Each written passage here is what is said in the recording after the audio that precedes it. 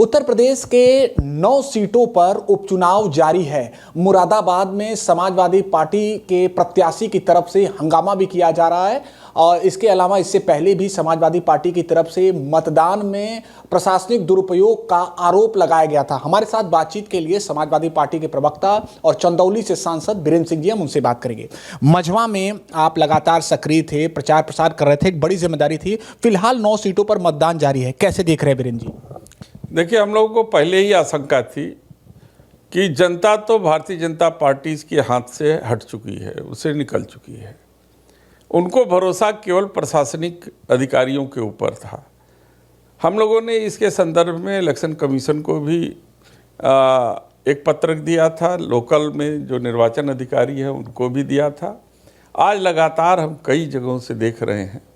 हम मझवा के प्रभारी हैं, इसलिए विशेष रूप से मझवा को हम आपको जो है के बारे में बताना चाहेंगे कि तमाम ऐसे बूथ से हमारी रिपोर्टें आ रही हैं।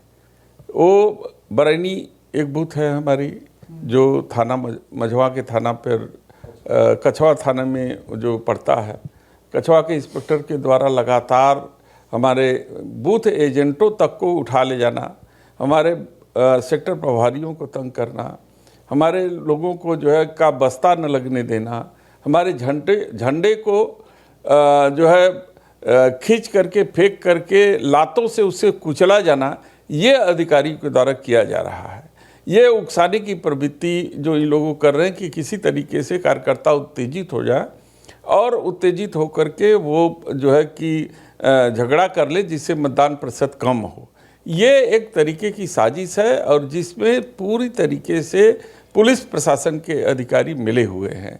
हमारी मांग है कि तत्काल इलेक्शन कमीशन जो है कि इस पर प्रतिबंध लगाए, उनको कंट्रोल करे ताकि शांतिपूर्वक मतदान हो सके। वैसे तो हम चुनाव जीत चुके हैं, ये हताशा में भारतीय जनता पार्टी के लोग कर रहे हैं। चुनाव आयोग को सपा प्रमुख द्वारा एक चिट्ठी भी लिखी गई है जिसमें मुस्लिम महिलाओं के बुर्का में पहचान बताने को लेकर जो बातें वो स्पष्ट की गई। भारतीय जनता पार्टी का ये कहना है कि सीधे सीधे यह संवैधानिक व्यवस्था को आप लोग चुनौती दे रहे हैं। पहले ही आप लोग हार चुके हैं, इसलिए अब एक नया ये जो है विषय रखा जा रहा है कि नहीं, बुर्का के वो विषय पहचान न बताया जाए मुस्लिम महिलाओं को। तो भारतीय जनता पार्टी ये बताए कि पुलिस का कौन सा अधिकार है कि जब मतदाता गाँव से घर से निकले तो उसका आईडी चेक करके गांव से निकलने दे। ये बताएं उनको। निर्वाचन से जुड़े हुए अधिकारियों को यह अधिकार है कि जब हमारा मतदाता बूथ पर मत देने के लिए जाए तब उसका जो है कि वो आईडी, वोटर आईडी आप चेक कीजिए, उसकी पहचान कीजिए और उसको जो है कि वोट देने के लिए रोकिए मत। ये उसका मताधिकार है। बाबा साहब भीमराव अंबेडकर ने कहा था कि हर व्यक्ति को अपना मतदान करने का अधिकार है और सरकार इसको बार बार जो है ढोल पीट करके दुनिया भर के जागरूकता अभियान करके ये तय करती है कि ज़्यादा से ज़्यादा मतदान हो। लेकिन पुलिस के अधिकारी चिन्हित करके जहां सपा मतदाताओं की संख्या ज़्यादा है वहां पर उकसाने की प्रवृत्ति कर रहे हैं। जहां तक आप मुस्लिम मतदाताओं की बात कर रहे हो, चाहे वो महिला हो, महिला का बुर्का उठा करके किसी की पहचान करने का अधिकार किसने दिया है? वो जब जाएगी मतदान केंद्र पर तो निर्वाचन अधिकारी जो है उसकी पहचान करेगा, वहाँ पर वो उसको अधिकार है, न कि पुलिस को अधिकार है। पुलिस इसका दुरुपयोग कर रही है और इसी आशंका को जो आज हम लोगों ने जाहिर किया था आज बल मिल रहा है और जगह जगह पर इसी कार्रवाई पर झड़पें भी हो रही हैं। तो ये चीज़ें जो आशंका थी वो हमारी निर्मूल नहीं थी, वो आशंका हमारी सही साबित हो रही है और हम इलेक्शन कमीशन से मांग कर रहे हैं तत्काल इस पर रोक लगाए।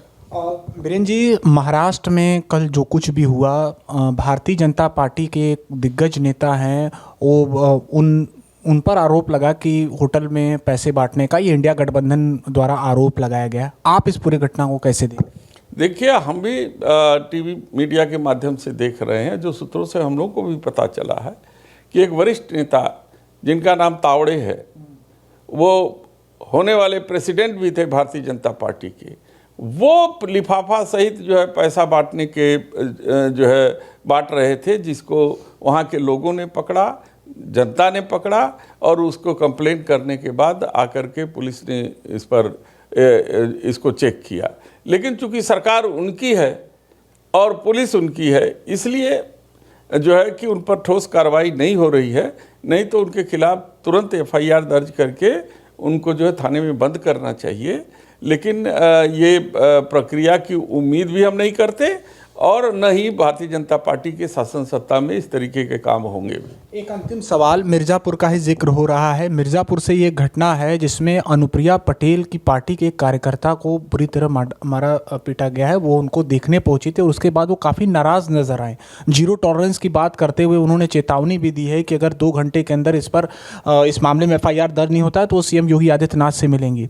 क्या लगता है, क्या भारतीय जनता पार्टी के सहयोगी दलों के नेताओं की बात नहीं सुनी जा रही है? क्योंकि एक बड़ी नेता है, खुद केंद्रीय मंत्री हैं। मैंने कहा कि चाहे अनुप्रिया पटेल हो, चाहे वो केशव प्रसाद मौर्य हो, ये केंद्र सरकार की रिंग टोन है। वो केंद्र के इशारे पर बजते हैं। वो केंद्र का इशारा होगा, इसलिए उत्तर प्रदेश सरकार के ऊपर इस तरीके से आरोप लगा रही हैं। मैं अनुप्रिया जी से कहना चाहता हूँ कि चुनाव के समय क्यों याद आया जो इस तरीके की भाषा कर रही है।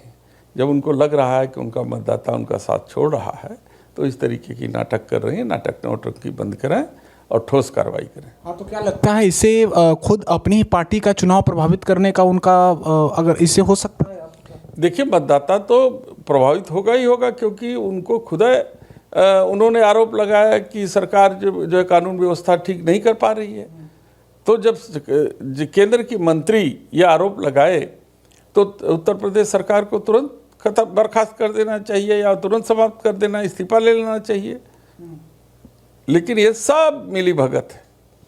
तो तमाम विषयों पर समाजवादी पार्टी से सांसद बीरेंद्र सिंह ने हमसे बातचीत की। For exclusive and insightful videos, subscribe to our new channel ABP Live Premium.